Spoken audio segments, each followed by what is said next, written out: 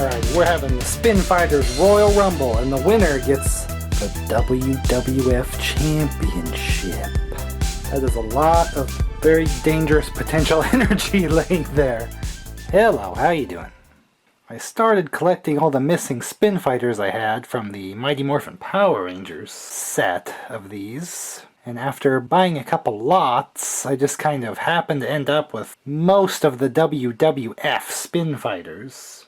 So I thought I might as well finish off my collection and just get the missing couple that I needed. And so I did. So let's talk about the WWF, World Wrestling Federation Spin Fighters.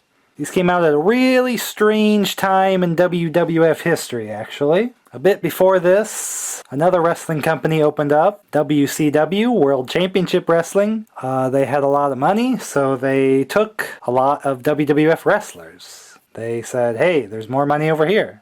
So they jumped ship. So you have Hulk Hogan, you know, WWF. He's gone. He's not in WWF anymore. He's in WCW. So this is at a time when there's just not a lot of big-time stars left in the WWF. They're trying to make their new people. So the roster for these Spin Fighters is a little strange.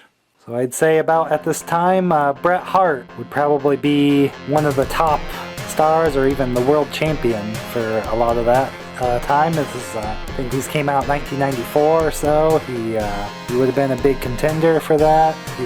It's gold, so he's the good guy. He's the face. He's the hero champion there from Canada.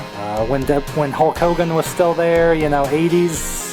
Bret Hart would have just been maybe a tag team wrestler for the most part.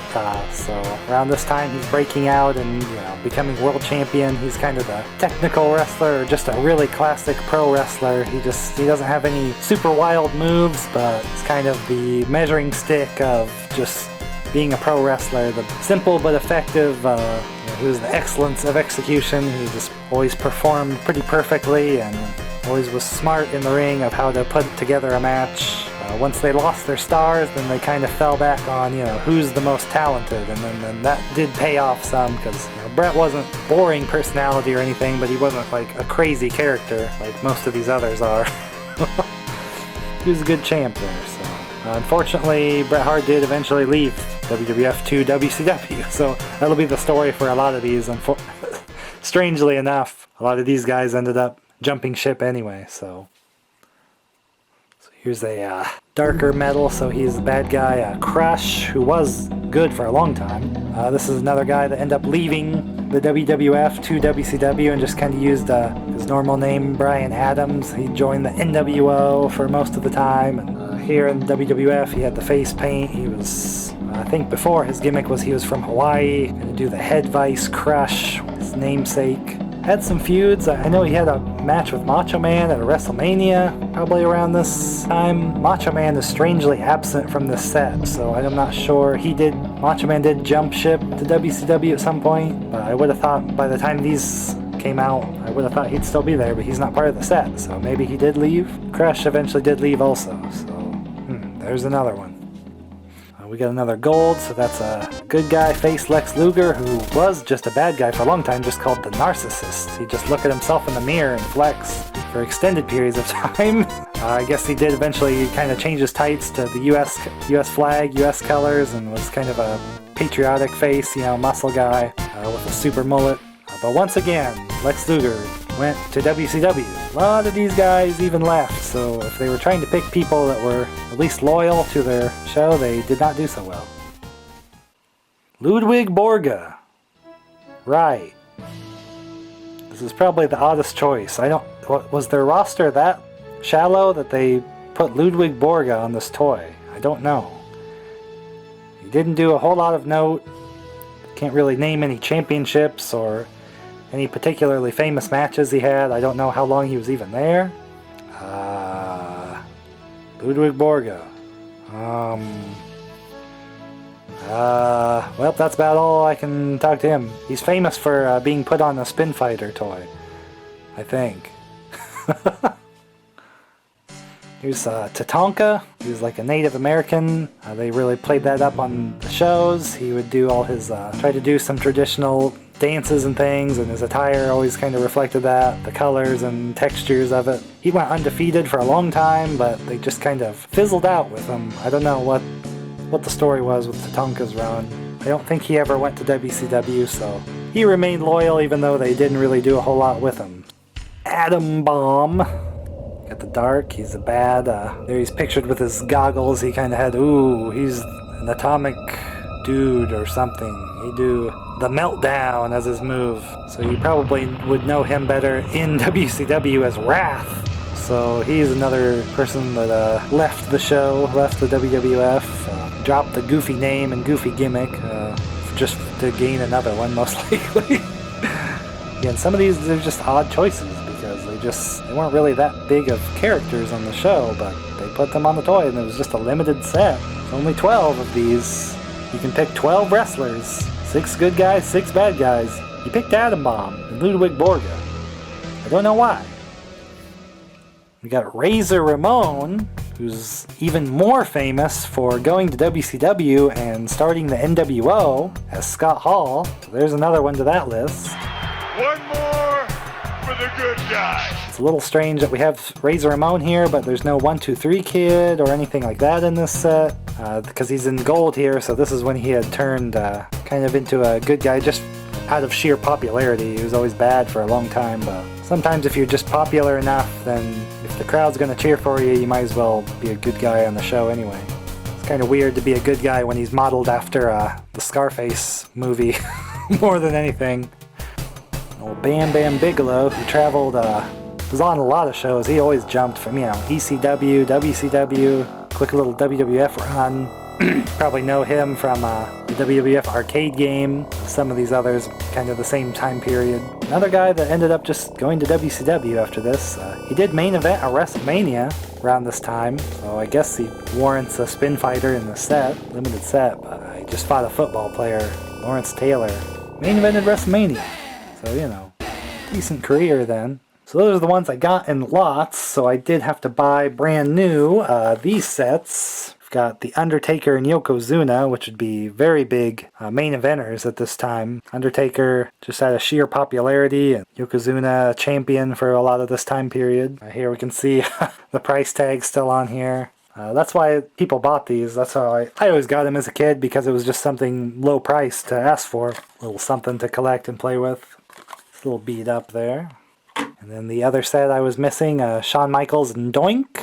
Which again, you got the price tags on there. It's really beat up packaging. The weird one here is that Doink is the good guy and Shawn Michaels is bad, so it's a bad idea to release toys that mark someone as good or bad, because in wrestling that changes so frequently. Doink must have just recently turned good here that he got marked as this, because he was always a bad boy, and then Shawn Michaels ended up the hero also. So a very limited run. That's why some of these choices I was just kind of like, really? That's why I wasn't going to collect these, but just searching the Power Ranger ones, I ended up with most of them, so I thought, well, why not finish the set? Always liked wrestling, it's just not really this time period. It isn't my time period that I watched, and not really my favorite to rewatch old either, because they were kind of struggling this time period, because this is what would, early 90s led into late 90s with the Attitude Era, where, you have your Stone Cold and The Rock, and they just weren't quite there and in place yet. So some of these other in the lot are a little beat up, but these will be brand new. So I say we open them up, because that's what we do here. Oh yeah. It's not mint packaging anyway, so... Oh, they're in there tight. I think it's because this is so beat up. Fold it around. Take these out. A fresh Doink Spin Fighter. Beautiful. Of course, Doink was kind of played by maybe a few wrestlers since it was all the makeup and whatnot. I think this is when maybe the original guy was no longer there, and so he just kind of turned good guy and had the tiny wrestlers, the dwarf wrestlers. He had Dink with him. So there's no tiny Spin Fighter to go with him. And then the Heartbreak Kid, Shawn Michaels. Very famous opponent for Bret Hart. For reasons good and bad. I won't get into it here. He's got his shades there. Where's your buddy Triple H at? He just wasn't popular enough to get the Spin Fighter yet? Didn't lobby for that yet, Shawn? That's too bad. Alright, this had to be one of the most popular sets of this, because Undertaker and Yokozuna, pretty big. That's 2 main eventers in one pack. A lot of the other packs, really mixed. Not that any of them are really that big, but struggling with star power there. Yeah, we got old Yokozuna, who wasn't even really Japanese or a sumo wrestler at all. He was Samoan. Same families as, The Rock and such are from, so I guess when you're a certain size, you just kind of end up being the champ because, well, you're just that big and bad, so. And easily the most popular character in the whole set, The Undertaker, which when I was looking up this time period for The Undertaker, something scary to note is that there was actually a fake Undertaker at this time. Of course, The Undertaker ended up fighting him. Makes me kind of wonder and worry that this picture isn't maybe actually the fake Undertaker. It could have been a mix-up of photos. They could have ended up sending this out as... I'm gonna say it's probably the real guy. I could see them kind of screwing that up and sending out the picture of the fake Undertaker on accident, printing it on all the toys. Again, a big scary dude that really invented to be a bad guy and just was way too popular, so if the crowd was going to cheer for him anyway, then they might as well have him, be the one to cheer for anyway, so. Boom. And oh no. The following match is a 12-man Royal Rumble for the WWF Championship. Combatants will continue to enter the ring until only one is left spinning. They will be declared the winner.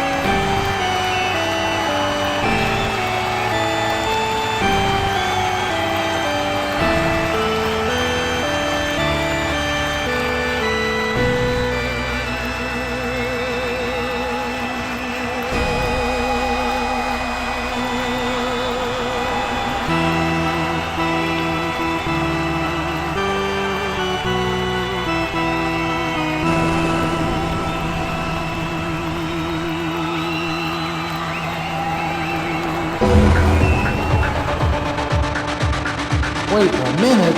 Who is this? They are huge. Who could this? No, it can't be.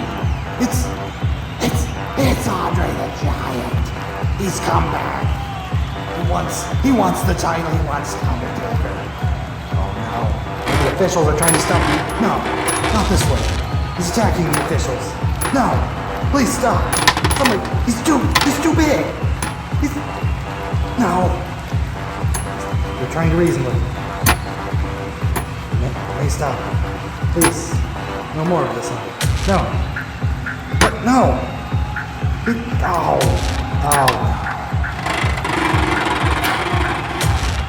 He wants that title, folks. And he may well get it. That was a fun playtime. These WWF Spin Fighters came out just a weird time. Such a weird roster selection. Just kind of makes for a strange collectible because it's not the classic WWF period with Hulk Hogan and Warrior, Andre Macho Man, Piper, and people like that you would recognize. And it's not the later time with Stone Cold, The Rock, Mankind. Just that strange in-between time. And of the 12, 6 of them defected to WCW. not very long after this. So, strange set. I'm glad I have it though, because I'm kind of obsessed with Spin Fighters right now anyway, so I'm just kind of collecting various sets of things that I recognize and know, characters and franchises and things I'm familiar with. I actually covered a lot of different brands and characters, so let me know if you want to see that Andre and Undertaker championship match. Little tease there at the end. And I can explain the giant Spin Fighter in another video also. And let me know if you had these WWF Spin Fighters and what you did with them, how you played with them. And if you still have them. Or did you throw them in the garbage, where I most likely scooped up this group. More Spin Fighter videos to come, so thanks for being here and keep watching.